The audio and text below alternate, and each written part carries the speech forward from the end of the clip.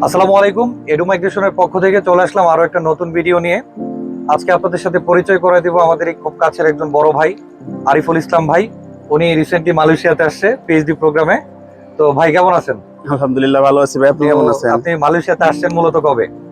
আমি ডিসেম্বরের 16 তারিখ, 16ই ডিসেম্বর বিজয় দিবসের দিন আসছি।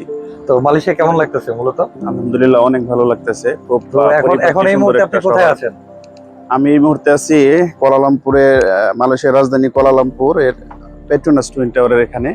এখন আপনার সাথে কথা বলতেছি। আচ্ছা আচ্ছা, আলহামদুলিল্লাহ। কারণ অনেকেই হচ্ছে বিদেশে আসার স্বপ্ন দেখে সবার স্বপ্ন কিন্তু আল্লাহ পাক পূরণ করে না, না? সঠিক গাইডলাইনের ব্যাপার আছে, প্লাস হচ্ছে ধৈর্যের ব্যাপার আছে, অনেক কিছুর ব্যাপার আছে, রিজিকের ব্যাপার আছে। তো এই যে আমাদের সাথে যে আপনার পথ চলা ছিল, আপনি বাংলাদেশ থেকে যে আসছেন, আপনার ভিসা প্রসেসিং থেকে শুরু করে ইএমজিএস প্রসেসিং থেকে শুরু করে আসার পরেও তো অনেক প্রসেস আছে, না? যেমন মেডিকেল করলেন, ইউনিভার্সিটিতে পাসপোর্ট সাবমিশন বা ভিসা সংক্রান্ত কোনো জটিলতা।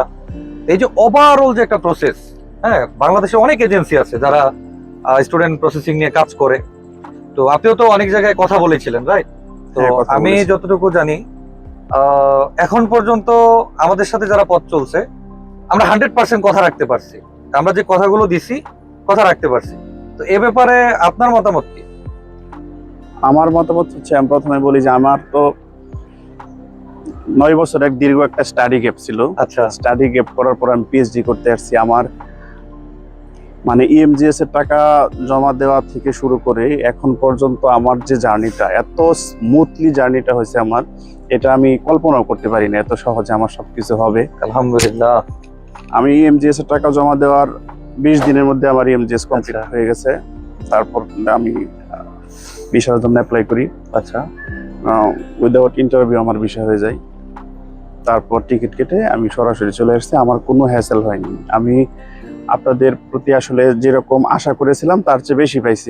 মাশাআল্লাহ ভাই, এর উপরে আর কোনো কথা চলে না। হ্যাঁ? আপনি খুশি মানে ঠিক আছে, আমার কাস্টমার খুশি। হ্যাঁ, এখন ভাই বিষয়টা হচ্ছে, আপনি যে আসছেন, আপনার কাছ থেকে কোনো ফাইল ওপেনিং চার্জ নিছে কেউ? না, আপনার আমাদের অফিস যখন বাংলাদেশে ভিজিট করলেন আপনি, ওখান থেকে মানে বাংলাদেশ সাইড থেকে আপনি কতটুকু সহায়তা পাইছেন? পুরোপুরি সহায়তা পাইছি। আপনার মন ভরছে? একদম, মানে বললাম না যে আশা না, করি এখানে তার চেয়ে ঘটনা বেশি আছে, পাইছি। কিন্তু ঘটনাটা কি, কাস্টমার স্যাটিসফ্যাকশনের উপর পৃথিবীতে কোনো মার্কেটিং নাই। কারণ তা তো আপনি এজ এ অবশ্যই। কাস্টমার হিসেবে যখন আমাকে রিভিউ দিচ্ছেন, আপনার রিভিউটা কিন্তু আরো 10 জন লোক দেখতে পারে। এই 10 জন লোক কিন্তু আপনার রিভিউটা দেখে আমার কাছে আসতে পারে, রাইট? এখন ভাই, আপনি যদি প্রতারিত হয়ে থাকেন, কোনো জায়গায় যদি আপনি কমতি পান, কোনো জায়গায় যদি ঠকে থাকেন, তাহলে বাকি 10 জনও কিন্তু ঠকবে, রাইট? অবশ্যই। সো একদম আপনি যেটাই করেন না কেন, বুঝে শুনে তারপর বলেন। আমি আবার প্রশ্নটা আপনাকে করি যে, এখন পর্যন্ত বাংলাদেশ সাইড থেকে হোক বা আমাদের মালয়েশিয়া সাইড থেকে হোক, আপনাকে যতটুকু আমরা প্রতিশ্রুতি দিয়েছি 100% পাইছেন? 100% পাইছি। আপনি কি খুশি? আমি অনেক খুশি, আলহামদুলিল্লাহ। আচ্ছা যাক, আলহামদুলিল্লাহ। এর উপর আর কিছু বলার থাকে না, ঠিক আছে? তো আপনি দাদা ভাই মালয়েশিয়াতে আসার পরে তো মোটামুটি অনেকের সাথেই, অ্যাটলিস্ট 10 থেকে 15 জনের সাথে আপনার পরিচয় হয়েছে, যারা আপনার আগে এডু মাইগ্রেশনের মাধ্যমে মালয়েশিয়াতে আসছে, না? তো কেউ হয়তো 2 মাস আগে আসছে, কেউ আপনার 6 মাস আগে আসছে, কেউ বা 1 বছর আগে আসছে। তো তাদেরকে যে আপনি দেখলেন, তারা বর্তমানে আসলে মালয়েশিয়াতে কি অবস্থায় আছে, ভালো আছে না খারাপ, আপনি কি বুঝলেন? না, যাদের সাথে আমার কথা হয়েছে সবাই আলহামদুলিল্লাহ অনেক ভালো আছে।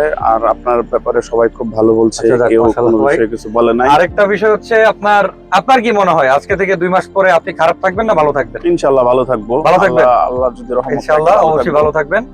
আর জবের ব্যাপারে আসলে মালয়েশিয়াতে একটা ঝামেলা আছে, না? এটা আসলে অনেক স্টুডেন্টদের মনে প্রশ্ন যে এখানে এসে জব করা যায় কিনা। যদিও স্টুডেন্টদের বৈধ কোনো ওয়ার্ক পারমিট এখানে নাই, বাট কোন স্টুডেন্ট দেখেছেন যে জব করে না? না, আমি জব করে না এরকম কাউকে দেখি না আজ পর্যন্ত। মোটামুটি সবাই করে, না? মোটামুটি সবাই সবাই job করে। আপনার পরে যারা এডু মাইগ্রেশনের সাথে পথ চলবে, তো তাদের উদ্দেশ্যে কি কিছু বলার আছে আপনার? তাদের উদ্দেশ্যে আমার একটা কথা বলার আছে যে, আপনারা যারা এডু মাইগ্রেশনের মাধ্যমে আসলে মালয়েশিয়া আসতে যাচ্ছেন, তারা নির্দ্বিধায় চোখ বন্ধ করে এডু মাইগ্রেশনের প্রতি বিশ্বাস রাখতে পারেন। তাদের সাথে আপনাদের জার্নিটা ভালো হবে এবং তারা খুবই কেয়ারফুলি কাজ করে, যেটা আপনার শিক্ষা জীবনে ভবিষ্যতে পথ গড়ার ক্ষেত্রে অনেক সহায়তা হবে। এটা আপনারা চোখ বন্ধ করে বিশ্বাস রাখতে পারেন এডু মাইগ্রেশনের প্রতি। আর সর্বশেষ যে বিষয়টা হচ্ছে যে, জবের কিন্তু বর্তমানে মালয়েশিয়াতে প্রচুর ক্রাইসিস, প্রচুর, রাইট? যে মালয়েশিয়াতে একটা জব পাওয়া কিন্তু অনেক টাফ বর্তমানে। বাট এডু মাইগ্রেশনের মাধ্যমে এখন পর্যন্ত যারা আসছে, কেউ কি বেকার আছে? কাউকে বেকার দেখছেন? না না না, কাউকে আমি বেকার দেখি নাই। যারা আপনার মাধ্যমে আসছে কিংবা আমার সাথে যাদের পরিচয় হয়েছে তারা আল্লাহর রহমতে সবাই জব করতেছে। আচ্ছা, মানুষের কথা বাদ দেন, আপনি মালয়েশিয়াতে আসছেন আজকে কতদিন? আমি আসছি প্রায় তো 18-20 দিন হবে। 18-20 দিন। আপনি কি জব পাইছেন? আগেটা বলেন। আমি জব পাওয়ার মতোই তো পাইছি জব। আচ্ছা, জব যদি পায় থাকেন তো আপনি কি স্যাটিসফাইড, খুশি আছেন? অনেক অনেক খুশি। সমস্যা নাই, আমরা যে শুধুমাত্র আসার পর একটা লোককে জব দিয়ে দিচ্ছি বা সে জব করতেছে এমনও তো হতে পারে তার জব একটা প্রবলেম হতে পারে। ইভেন এরকম না যে আমাদের এডু মাইগ্রেশনের প্রতিশ্রুতি হচ্ছে আপনার সাথে আমাদের একটা সম্পর্ক থাকবে। আপনি যত বছর এখানে আছেন আমাদের সাথে আমরা একটা পরিবারের মতো থাকবো ইনশাআল্লাহ। আপনার যতদিন বিদেশের মাটিতে যে কোনো প্রবলেম হতে পারে আমাদের পক্ষ থেকে যদি হয় সম্ভব যে না এটা সমাধান করা হবে বা সমাধান করা পসিবল, আমরা ডেফিনেটলি হেল্প করব। ঠিক আছে ইনশাআল্লাহ। তো আপনার হচ্ছে আমাদের প্রতি আপনার কিছু বলার আছে শেষ? শেষ বলতে আমি মন থেকেই দোয়া করি এডু মাইগ্রেশনের আপনারা আছেন সবার প্রতি অনেক অনেক ভালোবাসা। দোয়া করি আপনাদের প্রতিষ্ঠানটা আর উন্নত করুক। মানে ব্যবসা তো আছেই, সবাই ব্যবসা করবে, তবু এটা আসলে মানব সেবামূলক কাজ।